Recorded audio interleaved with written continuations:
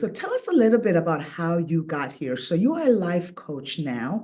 Obviously, like I tell everyone, the reason why I love doing the podcast is because everybody has a story. And in order for you to come here to be where you're at now, where you're helping people, you have a story. Can you tell us about your story? How did you get to being a life coach? Absolutely. My journey with money began where a lot of things in my life and my understanding began, and that was with my mother. Hmm. She was a lifelong educator and a teacher. I was born in Jamaica and immigrated to the US when I was 12. But in my youth, my mom, at the time, she was in her early 30s. My experiences around money were, I have memories of her always living in insufficiency, coming from a place of lack when it came to money. She was Hmm. very resourceful, but we would go sometimes, be at her knees, walking with her, the three of us, and she would go from friend to friend begging Hmm. for money so that she could make it through the week, make it through the month with us. So that left an impression on me. I saw this woman, my mom was most dignified, very intelligent, but very humbled in the presence of these other women and family folk when she'd go asking for money. She didn't know much about money. We came to the US. She knew she wanted us to have graduate educations. She knew she couldn't afford that if we stayed in Jamaica, so we immigrated. But what she knew or didn't know about money followed her, and that's what she taught me. Yeah. I found myself then after medical school, I got a full scholarship for undergrad, so I didn't have any debt there. After medical school, a couple $100,000 in debt, more than that. And it wasn't sitting well with me. I knew I wanted to get rid of it. The way I got into debt was living above my means, keeping up appearances, trying to roll with the other women folk around me that I thought were wealthier than me and keeping up a facade. Yeah. So early in my career, actually, when I was graduating, I knew enough to know that I didn't want to continue this way. And I asked folks who were going to attend my graduation celebration from med school to bring me books about personal finance. The Hmm. first one I remember reading was there's this series of books for dummies, Personal Finance for Dummies. That's how I started my journey. Wow. Uh-huh. So I started reading and,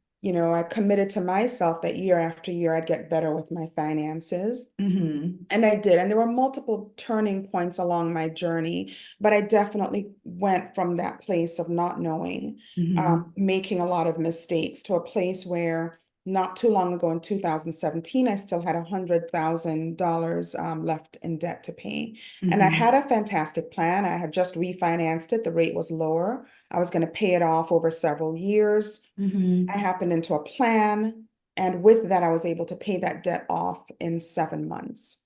That was most empowering for me, and I hope to share some of the ways that that was true for me. But I want to give that empowerment to any woman who's ready for it. Hmm. That's amazing. Thank you for sharing that. And with that being said, I know you shared you like the ways. Do you mind sharing us a little bit of the ways that you were able to go through the process? I know you read the book, right? Finances for Dummies, and what else? So, I started when I graduated from medical school, which was decades ago. And I started reading. So I read Personal Finance for Dummies. I read books by Susie Orman. I was Hmm. big into Oprah. I was watching her. She had a guest one day, David Bach. He wrote the book, The Automatic Millionaire. I read a couple of his books. I just kept reading books. The Millionaire Next Door.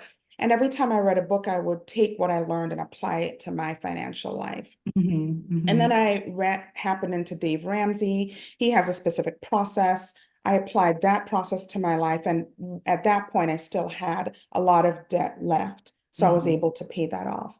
So at this point, kind of understanding finances, understanding the mindset around it, understanding what real wealth is, how Hmm. we build it, how we sustain it Yeah. for ourselves, but for our generations and for our community, understanding that, I hope to be able to help professional women get through it more quickly than I did. It took me a couple decades, but I walk with women now and help them get through it much more quickly. And why specifically women?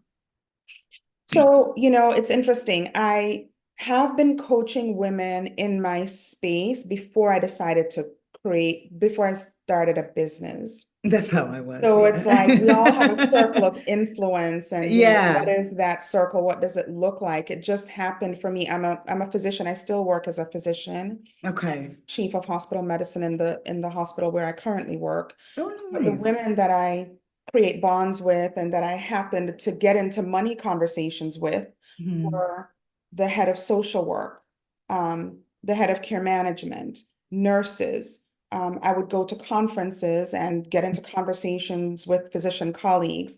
And these are the women who would tap me for, well, how do I do this? How do I do that? Yeah, And yeah. so that's just who I happened into, who I help.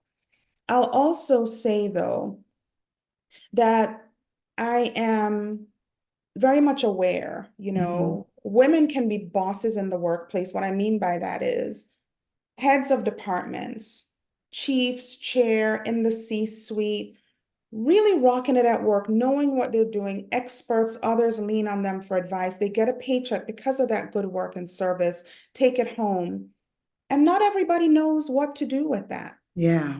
Not everybody knows how to convert that into the wealth that will benefit their family. I Mm. think about it like when my husband and I bring our pays home, that this home is our business and we are the CEOs. And so how Mhm. are we running that? How are we managing that? How are we stewarding that? Yeah. And not a lot of women know that. And I kind of point back to the historical basis that women have in money and finances and the historical basis we have for being bosses with the checks, Yeah. right? We literally, in many cultures, are the possession of our fathers until very recently, right? Then we get married and he gives us to our husband and we become our husband's possession, take his name. And really, historically, women haven't been thought of as, well, we need to endow her with knowledge about wealth and money and, moving within business.